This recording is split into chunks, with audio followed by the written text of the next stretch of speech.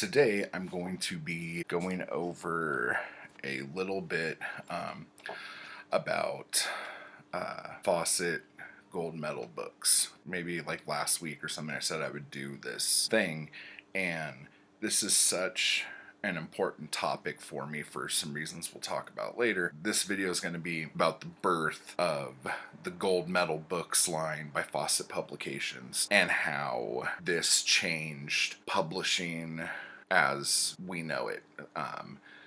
If this didn't happen, I don't know what would have happened later. And there's some parallels we could draw from that to today, which we'll get into as well.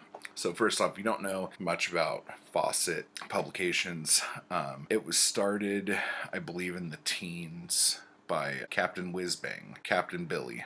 Captain Billy? I think it's Captain Billy. Anyway, they were these little kind of like joke books that he made after World War I, and he would give these books to, like, more like pamphlets even, to vets in the VA hospital and stuff like that, and then would sell them around Minneapolis where he was from. And as the years went on, he started coming up with more and more little magazines, comic books, and a lot of the magazines ended up going into circulations of per million by each month. And Fawcett also created Captain Marvel, and it said that he said he wanted to have a superhero like Superman, but instead of being like Clark Kent, he wanted his secret identity to be a little kid, and that's where that came from. So as far as that goes, very successful stuff. When the paper shortage happened during World War II, what book do I have that was a paper shortage book? So this book, this is not a gold medal book, by the way. This is a pocketbook edition. And what I wanted to show you is the paper inside. It's very thin, and right here it says, in order to cooperate with the government's war effort, this book has been made in strict conformity with WPB regulations restricting the use of certain materials. You couldn't use the same kind of paper that you were using prior to the early 40s. So if you look here, like this book, this is a pocket book. The first printing of this book, you can't see it, was a William Morrow edition published in 1937, and that was the hardcover edition of this book. Then there was a Dunlap edition in 38, and then the pocket books edition started in 43, and this book was printed 4 times in 1943. So that's pretty hardcore. So you have pocketbooks. Right here it says, important. This book is not a condensation or a digest of the original. It is the complete book. So basically, back in these days... Oh, I kind of went off topic there. When the paper shortage happened, they had something like... I can't remember. The number was really high, like 90 magazine titles they were printing every month. They went down to 14 to condense for the war effort and all that. After that, they signed a deal with New American Library to do the paperbacks, the paperback reprints of all of the Mentor and Signet books that were coming out. Fawcett had their foot in every door. I don't know this for sure, but I want to say that Fawcett also created the wire spinner racks. Like, that was their thing, and their books would be on those because those were made by Fawcett, and so no one else could use them. So like their magazines, and then these reprints were all for those. Now, another reason why New American Library signed this deal with Fawcett was because Fawcett had their foot in every store. Like, over the 30 years or 20 years or whatever that Fawcett had been around, their distribution was amazing. And you couldn't get any better distribution than Fawcett at the time for these types of materials. So New American Library signed this deal with Fawcett basically to keep them from working with anybody else and to keep their numbers selling and all that other stuff. But it was mainly a chess move to keep an eye on them so they couldn't bury them with another company. So 1949 rolls around, and by this time, Captain Billy's son, I believe his name was Roscoe, is running Fawcett. And he has this crazy idea. And it's so funny because if you think about it, who knows if this idea would have ever happened if New American Library hadn't had them in like a contractual sleeper hold, basically. So what he did was he saw how the paperbacks were selling and was like, fuck, I want in on this, but we can't. So what they did to kind of test the water to see if they could get away with something without fucking up their contract with NAL was, we are going to take a bunch of articles from a couple of our magazines and put them together in like this little omnibus. So these first two paperbacks were The Best of True magazine, I believe is what it was. And the next one, oh shit, what was it called? All a Woman Needs to Know About Marriage and Sex, or something like that. They put these books out in 49. And they sold like gangbusters. And New American Library couldn't do anything because they hadn't broken their contract. Because their contract was they could not print any other reprints of hardcover books into paperback form unless it was from New American Library. So by putting out omnibuses of their own material out of magazines, they found this loophole. With more thinking and trying to figure out how to make this work the best they can, in 1950 they came out with Gold Medal Books. Now this is the oldest Gold Medal book I have. Flying Saucers Are Real. It's Gold Medal number 107. Now, the way their numbering system worked was The Best of True magazine was number 99, and Everything a Woman Needs to Know About Marriage and Sex was 100. And those were just like, we'll just see what happens books. Because the idea was if it worked, we're going to start this thing called Gold Medal, and these Gold Medal books are going to be, we're going to start with 101 and just start kicking ass and taking names. And that's fucking exactly what they did. But there's more to it than that. So Flying Saucers Are Real. I got this at the vintage paperback trade show 2 years ago. I missed it this year. I was so pissed. But this is Donald Kehoe, and it says, "True story behind the strangest phenomenon in history." And there's a little gold medal seal. Now it says this on the back and it says it inside. And I think this was more to let New American Library know that they weren't fucking them over and to just let them do their thing. But this is 1950 Fawcett publications. It says, "The gold medal seal on this book means that this is an original story. It has not been published before." It says that on the first page, on the back of the first page. And then on the back of the book down here, "This is a gold medal book. This symbol represents the most exciting writing to be found anywhere." Now that changed to, this is another one I got. This is 150. Come Murder Me by James Kieran. Yeah. "This is a gold medal book. Look for this seal when you buy a book. It is your guarantee of true quality." So in this one, The Chinese Keyhole by Richard Himmel, it says, "The gold medal seal on this book," boom, means it has never been published as a book before. To select an original book that you have not read before, look for the gold medal seal. Now, why that's a big deal is because before 1950, books never, ever had a first edition run in paperback. It never happened. Books were always hardcover. They were always expensive.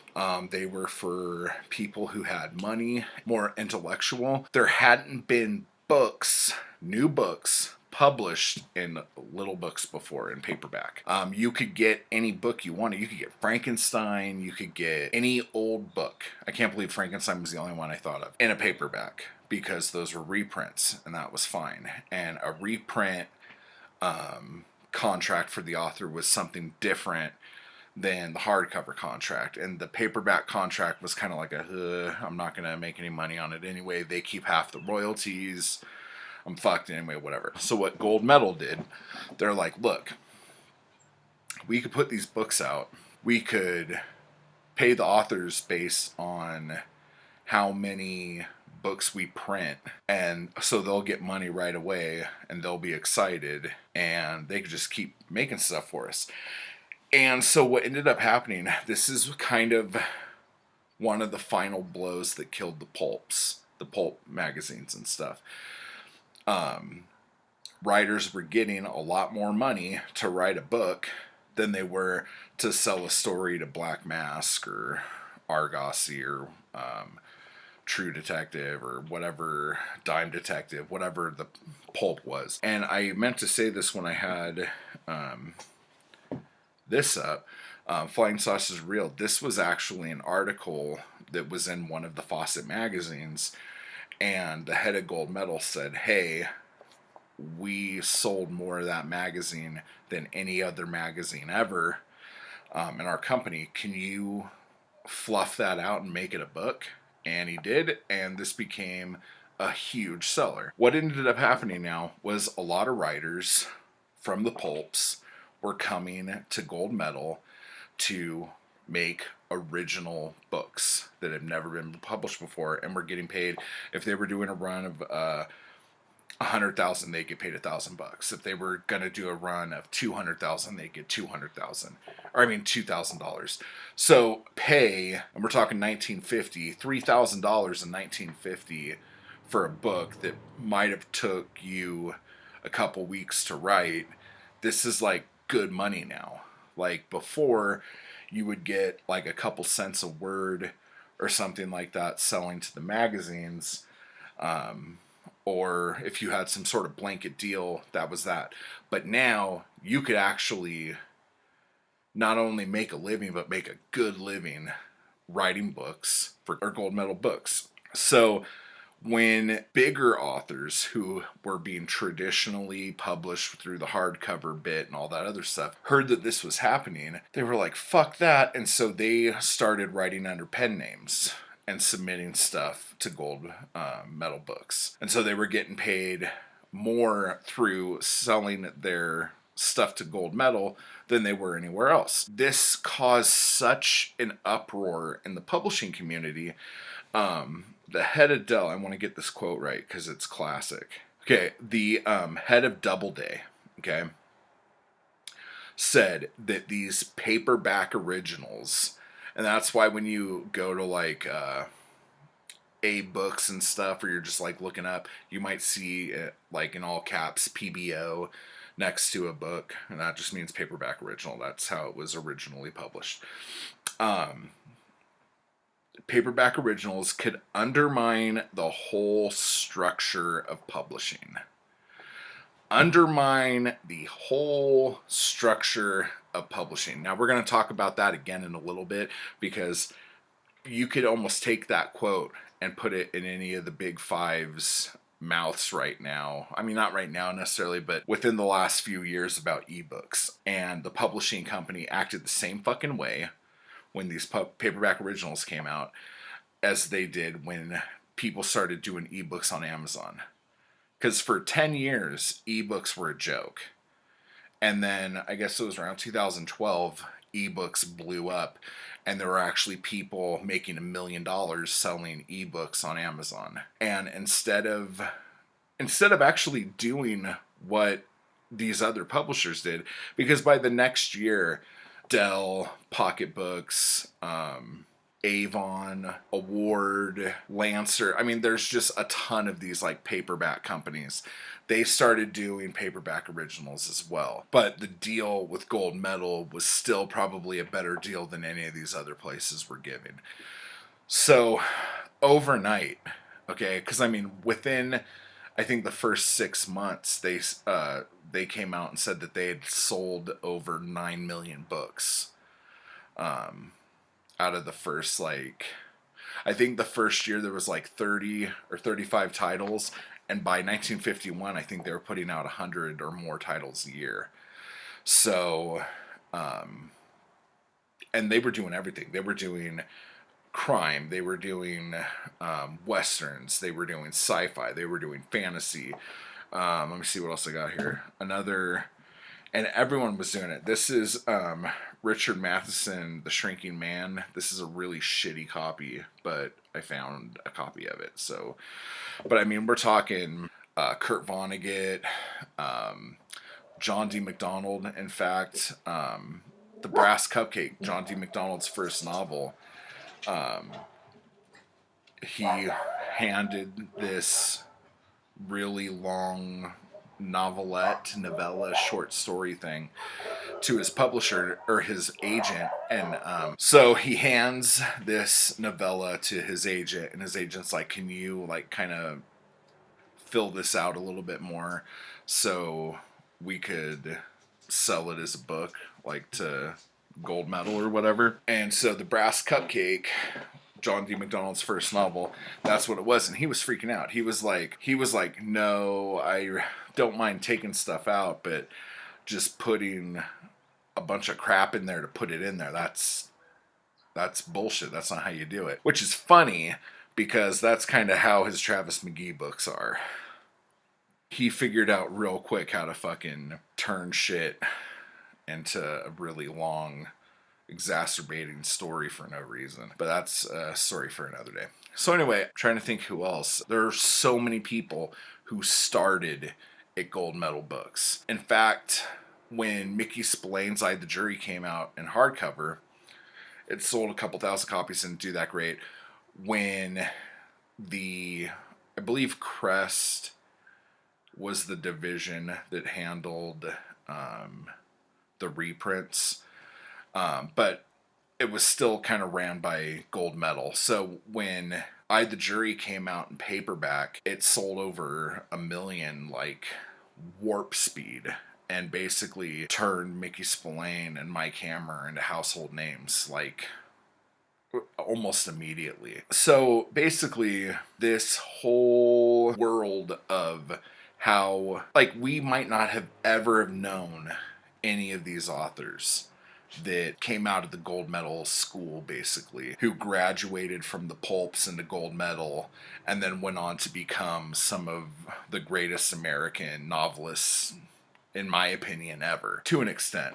But yeah, ever. And it's so crazy that this one stupid little loophole in a contract from New American Library created this juggernaut, which were paperback originals. And from basically 1950 to probably almost 1970, paperback originals like just dominated publishing. And pretty soon, a lot of your publishers started handling their own paperback business. It wasn't looked at as such a sleazy, scuzzy market anymore. But another thing that really helped Gold Medal was, if you look at the covers of books from the 30s and 40s, like the hardcovers of these books that were coming out, even the fucking hardcover for I, the Jury, which is one of the most violent, brutal fucking books to kind of come out of that era, let's say, just had a junk cover.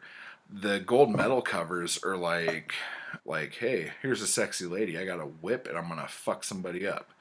This one's like, hey, I have Gloria Kirby, It's a crime novel, and now this dude's kissing on this chick in like a nightie or whatever, and then come murder me. Hey, let's have the naked back of a woman like front and center of the cover. They were lurid, they were sleazy, and nobody cared. The Gold Medal Books just wanted to sell books.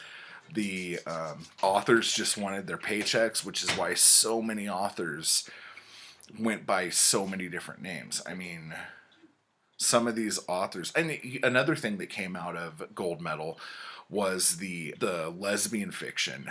Anne Bannon, Vin Packer, what was the name of that chick? Teresa something, who basically started the whole movement. Odd Woman Out, the Anne Bannon book. I mean, all of this stuff happened because of Gold Medal Books. It's just weird to think of where we would be if that never happened. Now with ebooks, it's the same fucking thing, because publishing houses were so quick to just say this is going to destroy publishing. And the reason why that will become a self-fulfilling prophecy from these fucking publishers is that if they don't do the right thing with this, yes, it will destroy publishing as they know it. Because what they're doing now, at first they were just scoffing it. Like, ebooks, idiots. I love my paperback books and I hunt them down and everything. But I read so many more books on my phone than I do out of my books, because I have my phone all the time. I don't have my bookcase in my pocket all the time. So I end up reading, like today, I wasn't even planning on it, but I started reading The Twisted Thing by Mickey Spillane. Not because I was like, ooh, today I'm going to read The Twisted Thing by Mickey Spillane. It was because I finished the book I was reading, which was on my phone, and I didn't know what else to do. I didn't know what the next book on my phone was going to be to read, and I saw that I had that on there, and I'm like, oh, I'm supposed to read that this month, so I might as well start. So anyway, back to the publishers. What they're doing now, which is so fucking stupid, they are charging either the same price for an ebook or even more for the ebook than the regular book, which is flippin' crazy. Now, if you look at just the number of chain bookstores that have closed since 2012, the number's staggering. And doing this isn't going to help anything. I mean, even if the publishers themselves started doing like their own like Netflix type book service, or like how Amazon has KU. I know a lot of people got really pissed off with Amazon because of the whole deal with Hachette. I think that's how you say it. All that other shit. But the thing is, Amazon's a store. Amazon's a marketplace.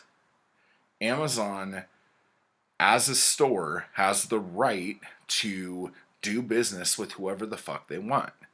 Just like mom and pop shop down the street has the ability to do business with whoever they want. If they want to sell stuff for a certain price, they should be allowed to sell stuff for a certain price, because that's how they do business. The publishers have acted a lot like the stores need to be bending over and taking it from them, which the reason why a lot of stores went out of business over the last 5 years isn't just because of Amazon. It's also about how the big publishers handled what Amazon had done. Amazon changed the marketplace. So, like history shows, the publishing world tried to fight it. And they even got in with Apple to do price fixing and all this shit is like common knowledge you could Google. But it's just fucking ridiculous. And I don't know. It's not so bad now as it was a couple years ago. But I don't know. For like a little background on me, My first book was published in 2006 with a small publishing house, and I got nothing out of that. Like, nothing. Since then, I've published close to 50 novels and novellas on Amazon. I also did Kobo and Barnes and Noble and all that other stuff, but those don't work as well as Amazon does. I made more money off of short stories on Amazon than I ever did selling with my first book with the publisher. And I was supposed to do a couple more books with the publisher, but I just didn't do it because it wasn't working. And that's not the case with everybody. I know there's a lot of great authors out there working with great publishers, and I love books. I love writing. I'm not sitting here saying I hate traditional publishers. I just wish that they would screw their fucking heads on straight and do the right thing, like how Dell did when they just said, ooh, the paperback originals aren't going away, we should jump on board. Jump on board. Like, do what you're going to do. If Random House wants to start doing a Random House Netflix for the books that they have, I'll sign up. You know, like, I don't hate traditional publishing. You know, I want to be a part of it. I want to read. I want to do whatever I can to help keep publishing alive and to help keep bookstores open.